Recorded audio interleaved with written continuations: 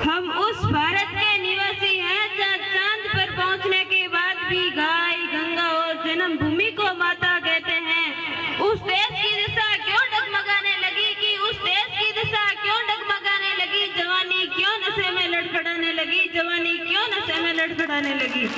मेरे परम सम्मानीय मुख्य अतिथि, डायरेक्टर सर, प्रधानाचार्य सर, ज्ञान के देवता, मेरे सभी गुरुजनों और गांव से पधारे सभी मेहमानों को मैं नमन करती हूँ एवं मेरे सभी छोटे और बड़े भाइयों और बहनों को पवित्र मन से नमन करती हूँ और सरस्वती माँ देवी को जो मेरे अंदर वाणी बनकर बोल रही है, इस पवित्र प्रांगण में स्वर बनकर गूंज रहे। मैं मोनिका जागिले कक्षा 12 आर्ट से इस सभा में उपस्थित सभी का ध्यान नशा मुक्ति पर केंद्रित करना चाहूंगी।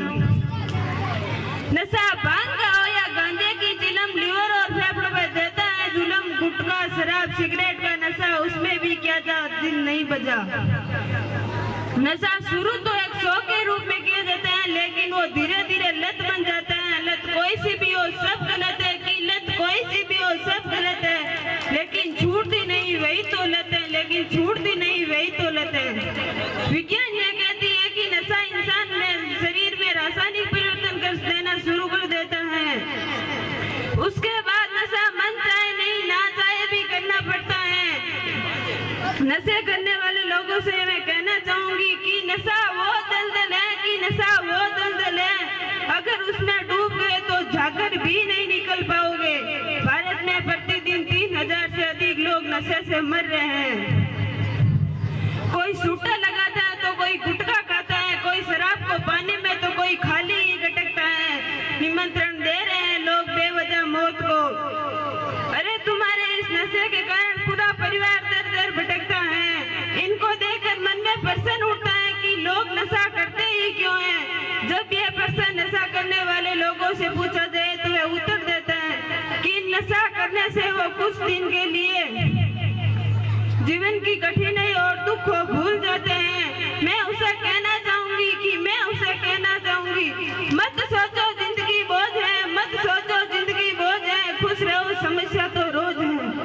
माना कि अंधेर बहुत और समस्या, माना कि अंधेर बहुत और चारा और नाकामी है कि हिम्मत टूट गई और आंखों में निराशा छाई है।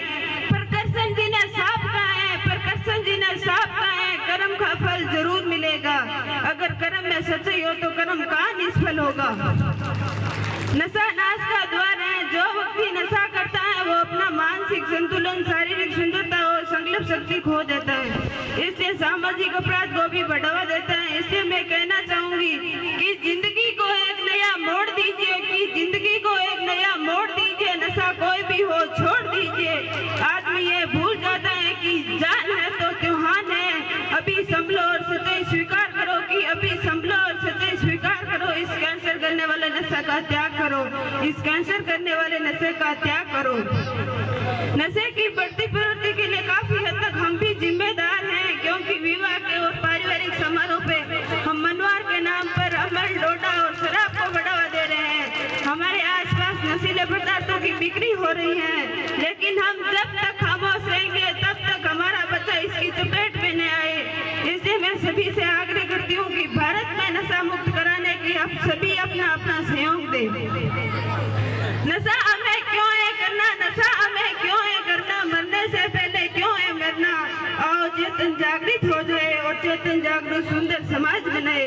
हिंदुस्तान की आन बान शान है हमसे, इसे नशा में क्यों